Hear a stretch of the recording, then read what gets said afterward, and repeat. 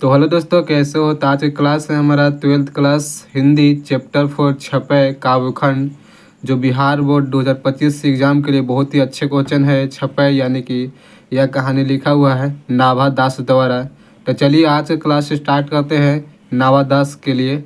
चलिए, पहला number question है कि छपै क्या है। तो छपै एक प्रकार की क्या है? छंद है। ठीक है, याद रखना है क्या है, एक प्रकार का छंद कहा था छपै को। चलिए, दूसरा नंबर क्वेश्चन है कि नाभा दास के काव्य रचना क्षेत्र है।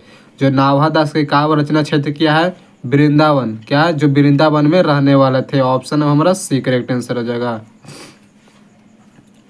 देखिए, ध्यान दीजिएगा, तीसरा नंबर क्वेश्चन क्या कह रहा है कि नाभा दास के राम भक्ति मर्यादा के स्थान पर क्या था? जो कह रहा है कि नाभा दास के राम भक्ति मर्यादा के स्थान पर मरयुद भाव का पुट था। ठीक ना, ऑप्शन हमारा सी हो जाएगा। चलिए, चौथा नंबर हमारा क्वेश्चन है आपका स्क्रीन पर, और देखिए और इसके आंसर सब लोग दीजिएगा क्या होगा इसका आंसर चौथा नंबर का।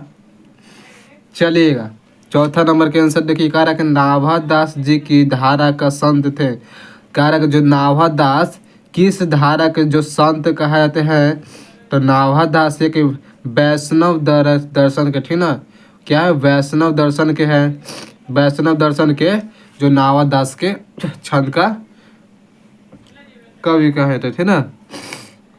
चलिए, पांचवा नंबर को तो बीजक के रचयिता है। जो बीजक के रचयिता है नाभा दास। क्या है? नाभा दास है, लेकिन यहाँ नाभा दास नहीं है, कबीर दास होगा। ठीक है, ऑप्शन नंबर बी हो जाएगा कबीर दास। सबको साफा लोग रहा ना। चलिए, सबको साफा लोग ना चाहिए ना। हाँ, चलिए चलिए, छठा नंबर क्वेश्चन है कि छपै शीर्षक के रचयिता तो नाभा दास। नाभा दास की कौन सी रचना है? तो कविते। क्या है? कविते। नहीं, छपाई के नाभा दास की कौन सी रचना छपाई हो जाओ। ऑप्शन में क्या होगा? डी हो जाएगा। आठवां नंबर क्वेश्चन है,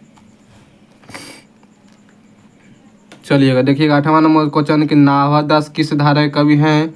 तो नाभा दास है सत्य गुण पाशक राम भक्त की धारा है। जो क्या है? जो नाभा दास है यह मुक्त राम भक्त की धारा के कवि कहा जाते हैं। और नौवां नंबर क्वेश्चन है कि नाभा दास किसके समकालित थे? तो जो नाभा दास थे यह तुलसीदास के द्वारा समकालित थे। इसे याद रखिए। क्या है? कहे कि नाभा दास किसके समकालित थे? तो वह तुलसीदास के थे। 10वां नंबर क्वेश्चन है कि नाभा दास का जन्म कब हुआ था? ये तो सबको पता होगा कि नाभा दास का जन्म 1570 ईस्वी में हुआ था। यह क्या है? अनुमानित हुआ था 1570 ईस्वी में। चलिए, 11 नंबर क्वेश्चन है।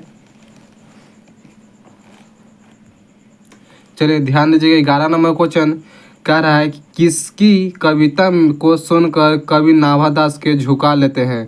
जो कह रहा है कि किसकी कविता सुनकर कवि नाभा दास है सिर अपना झुका लेते हैं? तो यह कबीर दास की। क्या है? सूरदास की जो भाषण सुनते हैं उनके से क्या है? उनका सिर झुक जाता है। ठीक ना। 12 नंबर क्वेश्चन है कि कौन सी रचना नाभा दास की है? जो रचना है नाभा दास की कौन सी है? तो भक्तमाल। क्या है? तो भक्तमाल है, वह नाभा दास के द्वारा लिखा हुआ है। 13 नंबर है कि नाभा दास का स्थायी निवास है। क्या कह रहा है? जो कवित भूषण यानी कि छपै के लेखक है नाभा दास, इनका निवास स्थान पूछ रहा था। इनका निवास स्थान क्या है? तो कहाँ है? तो वृंदावन में। तो यह वृंदावन में रहते थे। ठीक ना। चलिए, 14 नंबर क्वेश्चन है हमारा। 14 नंबर क्वेश्चन करके संपूर्ण भक्तमाल में किस छंद की व्यंजकता है? किस छंद का जो व्यंजकता है? तो यह छपै के लिए। क्या है? छपै के लिए होता है। 16 नंबर क्वेश्चन है। 15 नंबर की छपै कितनी पंक्तियों का छंद है? जो छपै है कितने पंक्तियों का छंद है? तो यह 6। ठीक ना, 6 पंक्तियों का क्या है? छंद कहा जाता है। 16 नंबर कि सूर्य के कवित्व को सुनकर सभी क्या करते हैं? जो सूरदास के, चलिएगा बताइएगा, कह रहा है कि सूर्य के कवित्व को सुनकर सभी क्या करते हैं? तो वह सिर हिलाते थे। ठीक ना, सिर हिलाते थे। 17 नंबर क्वेश्चन है। चलिएगा, 17 नंबर क्वेश्चन देखते हैं। कह रहा है कि सूर्य कवित को सुनकर कवि में कौन सा अलंकार है। सूर्य कवि सुनकर कौन सी जो है अलंकार है, तो अनुप्रास अलंकार कहता है। चलिए 18 नंबर क्वेश्चन के कबीर किसके भेद नहीं करते हैं, तो यह हिंदू मुसलमान में, ठीक ना, हिंदू मुसलमान में है जो कवि क्या है भेद उद, यानी कि भेद उद कुछ नहीं मानते हैं जाति का, ठीक। ऑप्शन नंबर डी हो जाएगा। 19 नंबर क्वेश्चन कि नाभादास में जाति पाति एवं वर्षाश्रम के खंडन किस कवि के छपाई में किया है। चलिए इसका ऑप्शन आगे देखते हैं।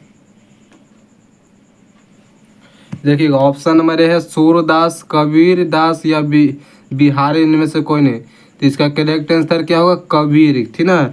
जो नाभादास के जाति पाति एवं वर्षाश्रम के खंडन किस कवि के द्वारा होता है, तो वह कबीर के द्वारा होता है। ऑप्शन नंबर बी हो जाएगा। 20 नंबर क्वेश्चन है कि नाभादास का उदय हिंदी साहित्य के किस काल में हुआ था, तो यह भक्ति काल में जो नाभादास का उदय हिंदी साहित्य में हुआ था, ठीक ना। 21 नंबर क्वेश्चन के 21 नंबर क्वेश्चन है कि सबके हित के वचन कौन कहता है या पाठ के अनुसार है। 22 में पूछेगा ऑब्जेक्टिव कर सबके हित के वचन में कौन सा कहता है, तो यह कबीर कहते हैं। क्या है, कबीर करते हैं। चलिए 22 नंबर क्वेश्चन है कि कहानी का अर्थ होता है, चलिए बताइएगा कि कहानी का अर्थ क्या होता है, तो विश्वास प्रतीत करना होता है।